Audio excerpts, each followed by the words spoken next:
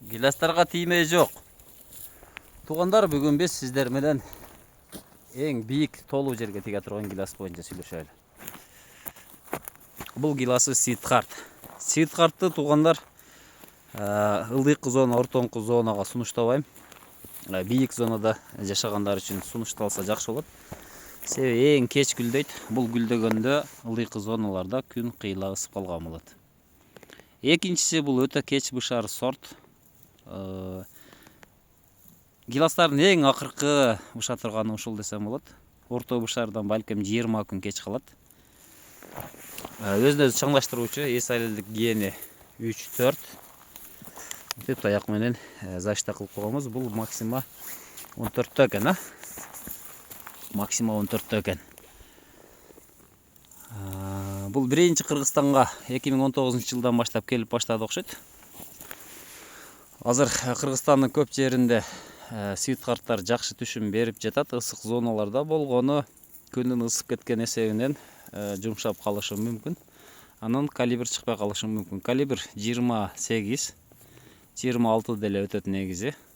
26-28 бул Орусия менен Казакстан үчүн калибр жакшы эле деген эсептелет. Кыскасы калат мына. КЖБга жарайт, жакшы өсө алат, катуу өсө алат. Тысага кылса болот, степке кылса болот. Максимада өтө катуу өсө алат.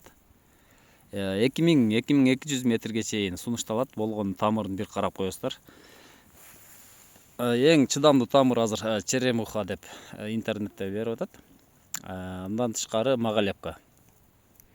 Ушул тамырларда тиге турган болсо, андан балким 2000 метрден жогоруга дагы тиксе болсо керек.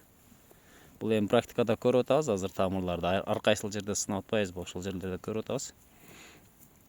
Максима 14-тө дагы -30га чейин чыдай турган гилас. Чүйдүн борларына балким кышында анчалык чоң суук болбогон жерлерге тиксе болсо керек. Кара кочкул болот, жүрөк сыяктуу болот. Сидхарттын экинчи аты сүйүлгөн жүрөк деп айтылат. Кара кочкул болот, данегинен эттүү келет бул дагы.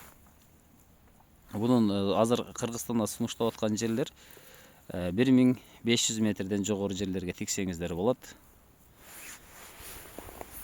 Эгер тигип калсаңыздар, бакылсаңыздар мындай кыласыздар, туугандар. Бир катарына ушул Сидхарт болсо, экинчи катарына башка бир чаңдаштыруучу сорт, балким Лапенс. Балким ара-арасында же болсом Скина. Же болсом ондан кечки Кармен сортторунан тиксеңиздер болот. Бири-бирин чаңдаштыра алат.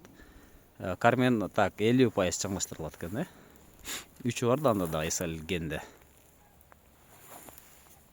Кечирээк гүлдөгөн сорттордон чаңдаштыруучу катары койсоңуздар болот.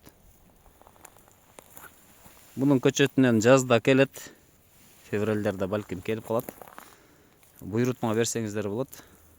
Сиздерге көчөтүн даярдап беребиз, алып келип беребиз. Түркиядан келет көчөттөр негизи булар. Өсүшү биринчи жылда эле 1 метр, балким андан да көбүрөөк өсүшү мүмкүн. 3-4 жылдары 2,5 метрге чейин өсүшү мүмкүн, 1 жылдык өсүм. Сиздер менен Багастыруу Кыргызстан каналы болду, туугандар. Тынч аман болуңуздар.